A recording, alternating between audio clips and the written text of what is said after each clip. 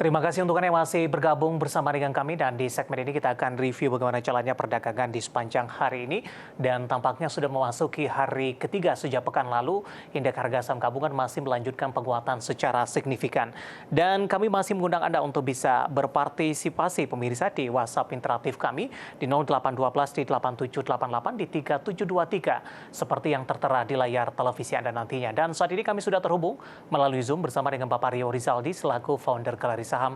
Kita akan langsung sapa saja. Pak Rio, selamat sore. Apa kabar, Pak? Sore, Pak David. Baik, Pak. Terima kasih Pak Rio sudah meluangkan waktu di IDX Channel. Tampaknya ekspektasi The Fed rehat naikkan suku bunga masih berlanjut sampai sejauh ini terkait juga dengan data tenaga kerja terakhir tampaknya mendukung The Fed ke arah dovish. Dan hari ini harga saham gabungan masih melanjutkan penguatan secara signifikan. Sudah memasuki hari ketiga.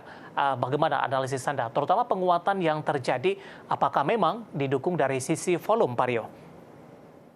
Iya, Pak. Jadi kalau kita lihat memang IHSG dalam 2 minggu terakhir ini memang terkoreksi karena memang yield yang sangat tipis antara Fed rate dengan BI rate. Dan memang dengan kondisi yang ada sekarang memang terlihat bahwa market akan lebih mengapresiasi kondisi yang ada sehingga terjadilah technical rebound. Tapi kalau kita lihat dari pergerakan IHSG sendiri, Pak, pada dasarnya kenaikan sudah 3 hari ini relatif sudah rawan profit taking.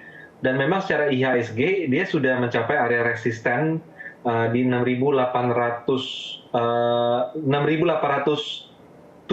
adalah merupakan level resisten IHSG dan kita melihat dalam beberapa waktu ke depan, khususnya mungkin di bulan November ini ya, kalau indeks kita tidak bisa kembali ke level 6.900, kita akan melihat pergerakan dalam range yang lebih rendah daripada IHSG, di mana batas bawah ada di 6.600 dan batas atas ada di 6.870 yang sudah dekat dengan resistance sekarang. Karena memang kembali lagi siklus kalau kita lihat bulan November dalam 10 tahun terakhir, 9 tahun dari 10 tahun terakhir itu siklusnya lebih ke koreksi pada November dibandingkan positif, Pak.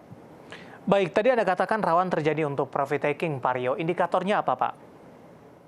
Indikatornya lebih ke range pergerakan dari IHSG itu sendiri, Pak, di mana pivot level pada IHSG itu pada dasarnya dari sejak awal tahun itu ada di level 6.870-an, kurang lebih seperti itu. Dan sekarang sejak terkoreksi ke 6.600, IHSG sudah kembali ke level yang dulunya merupakan support 6.870, sekarang menjadi area resisten, Pak. Jadi support diuji sebagai menjadi resisten. Baik, dengan posisi rawan profit taking untuk indeks harga saham gabungan hari ini juga tergambar dari beberapa saham big cap yang menopang indeks harga saham gabungan setelah mengalami koreksi yang cukup dalam, kemudian sudah mengalami kenaikan yang cukup signifikan. Apakah ini juga rawan terjadinya koreksi dalam jangka pendek dan menengah ini, Pak Rio? Ya, kita bisa lihat bahwa pada dasarnya kalau kita melihat beberapa saham big cap seperti beberapa saham perbankan, itu memang kita melihat strategi lebih ke sell on strength, Pak. Jadi penguatan dalam sehari 2 hari belakangan itu lebih condong untuk melakukan profit taking ataupun sell on strength. Dan itu mostly memang cukup seragam di beberapa saham-saham big cap yang ada di market, Pak, saat ini. Apa yang menyebabkan kondisi ini terjadi, Pak Rio? Dari sisi fundamental, The Fed adanya sinyal akan menahan suku bunga. Dan ini yang kemarin yang cukup ditakutkan oleh para pelaku pasar yang lebih cenderung ke arah trading saja naik signifikan, kemudian koreksi cukup dalam. Apakah kondisi ini akan tetap berlaku meskipun sinyal dovish semakin kuat? Ya, tetap akan berlaku karena pada dasarnya perlu kita pertimbangkan begini, Pak. Jadi dengan kondisi The Fed masih akan menahan kenaikan suku bunganya, tapi kan fakta tidak bisa dielakkan bahwa spread antara BI rate dengan Fed rate itu kan tetap tipis, Pak. Jadi tidak seideal itu, di mana BI rate itu secara flow itu harusnya lebih tinggi dari level sekarang ini. Jadi pada dasarnya kita bisa melihat bahwa market masih cenderung akan sideways karena akan menimbang dan mengira-ngira lagi apakah dengan kondisi spread yang tipis seperti ini, apakah dana itu akan let's say kembali masuk ke Indonesia atau masih akan ada outflow yang terjadi ke Indonesia. Jadi pada dasarnya kenaikan 3 hari ini sudah sangat signifikan dan secara teknikal berdasarkan money flow dan price action terlihat bahwa IHSG sudah berada di mendekati area resistennya, Pak. Baik, di tengah penguatan indeks harga saham gabungan, rotasi pergerakan sektoral juga cukup menarik kita perhatikan, Pak Rio. Kali ini saya akan coba bahas dari teknologi. Ini dalam beberapa hari terakhir sudah mengalami penguatan yang cukup signifikan, termasuk juga dari Gotoh yang merupakan lokomotif penggerak dari sektor ini.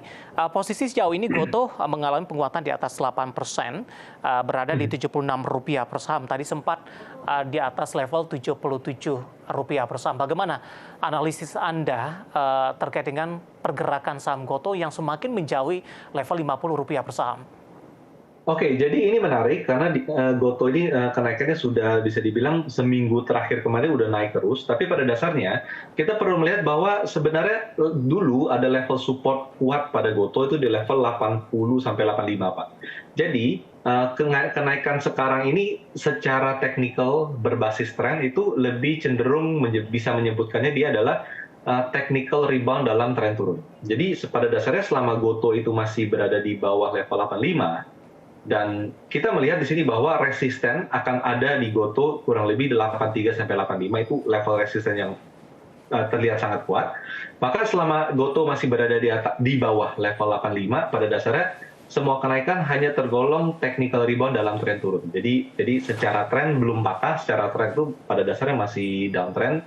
Tapi yes, masih ada ruang kenaikan, tapi kelihatannya tidak secara upside sudah lebih terbatas, Pak. Rawan profit taking juga, Pak Rio, seperti dengan saham-saham big cap lainnya? Ya, betul, Pak. Arahnya kemana dengan posisi Rp76 per saham saat ini?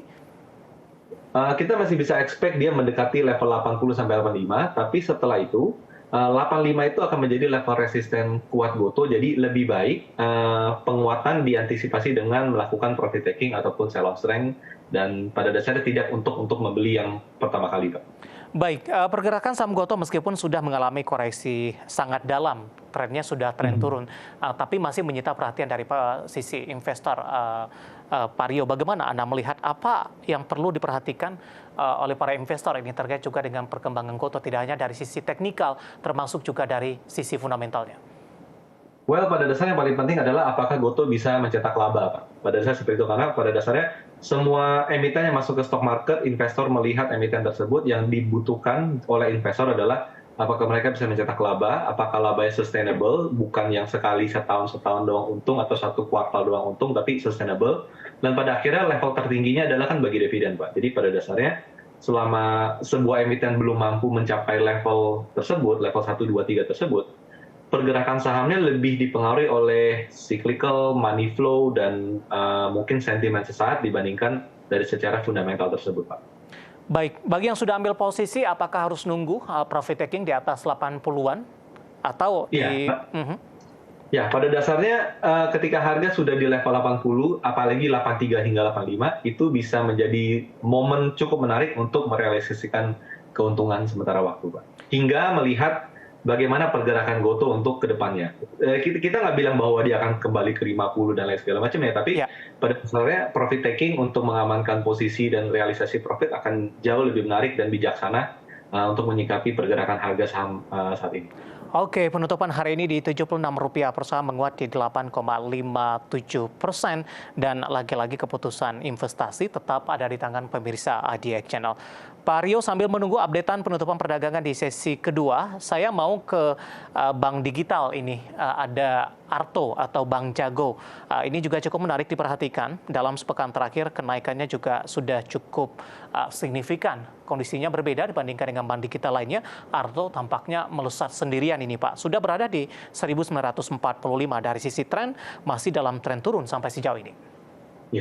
Ya, pada dasarnya pergerakan Arto relatif pasti akan berbeda dengan bank-bank digital lain karena Arto itu terasosiasi dengan Gotoh, which is rekening bank Jago itu connect dengan GoPay dan lain sebagainya macamnya. Dan memang kita bisa lihat bahwa pergerakan Arto ini dalam let's say 3 sampai seminggu terakhir itu memang mirip dengan Gotoh. Dan sama dengan harga saham Gotoh, pada dasarnya saya sebut Gotoh karena mereka terasosiasi. Resisten Arto itu ada di level resisten kuat 2030 yang dulu itu merupakan level support kuat. Jadi kembali lagi, dulu support kuat akan cenderung diuji menjadi resisten kuat dan levelnya dari 2030. Jadi strategi sell on strength untuk realisasi profit itu akan menjadi pilihan untuk di saham Arto juga, Pak. Oke, support dan resistennya dengan 1945 penutupan hari ini. Iya, resisten di 2030 hingga 2050, untuk support kurang lebih ada di kisaran 1.700, agak lebar tapi kondisi seperti itu. Bagi yang belum berpartisipasi, belum direkomendasikan untuk entry, Pak? Belum, tunggu konsolidasi dulu, Pak. Oke, penutupan hari ini di 1945 ada Arto yang afiliasi dengan Goto hari ini juga menguat signifikan, tidak hanya hari ini namun juga dalam beberapa perdagangan terakhir seiring penguatan saham Goto di beberapa hari terakhir. Dan lagi-lagi keputusan investasi tetap ada di tangan pemirsa IDX Channel. Pak Rio, kita hold terlebih dahulu, saya akan sampaikan update penutupan perdagangan di sesi kedua hari ini dan juga beberapa data perdagangan lainnya yang berhasil dihimpun oleh tim redaksi kami. Dapat Anda saksikan juga papan perdagangan di layar televisi Anda pemirsa. Penguatan signifikan kembali terjadi di penutupan sesi kedua hari ini dan tampaknya level penutupan sesi kedua level tertinggi di sepanjang perdagangan hari ini dan indeks harga saham gabungan mencoba mendekati level 6.900-an. Ditutup menguat di 1,33% di 6.878,85. Trading volume, trading value dan juga trading frekuensi masih berjalan sampai sejauh ini dan ini merupakan level tertinggi di sepanjang perdagangan hari ini untuk indeks harga saham gabungan. Langsung saja kita ke grafis yang pertama, pemirsa. Kita akan coba lihat beberapa data perdagangan lainnya seperti penutupan beberapa indeks lainnya. Seperti MNC 36, ini juga mengalami penguatan signifikan di 1,07%, seiring juga dengan penguatan indeks harga saham gabungan. Kemudian Jakarta Islamic Index juga menguat di 0,95%, LQ45 menguat signifikan di 1,28% di 915.740. Kemudian kita akan coba lihat rotasi pergerakan sektoral di penutupan sesi kedua hari ini. Teknologi lagi-lagi memimpin penguatan di 2,33%, ada Goto sebagai lokomotif penggeraknya. Infrastruktur juga menguat di 1,58%, konsumsi primer tertekan di 0,22%, industri melemah di 0,16%. Kita akan coba lihat saham-saham yang menjadi penopang indeks harga saham gabungan di sesi kedua hari ini dengan penguatan signifikan. Dari teknologi ada Goto, ditutup di level Rp76 per saham. Tadi pun juga sempat kita ulas, perbankan big cap ada BBRI menguat ke 6.175. Aman Mineral juga menguat di 6.825. Dari infrastruktur telekomunikasi ada Telkom juga menguat ke 3.630. Selanjutnya saham-saham yang justru mengalami pelemahan yang cukup dalam dan menjadi pemberat. STRK tertekan ke level 334, TCPI di 8.200, TPIA di 2.960, sementara MRT juga tertekan di 2.810. Tampaknya top loser didominasi oleh saham-saham small cap dan middle cap, ketika dari saham-saham big cap hari ini kompak menopang penguatan indeks harga saham gabungan dan semoga bisa menjadi referensi untuk Anda, terutama dalam menghadapi perdagangan di keesokan harinya.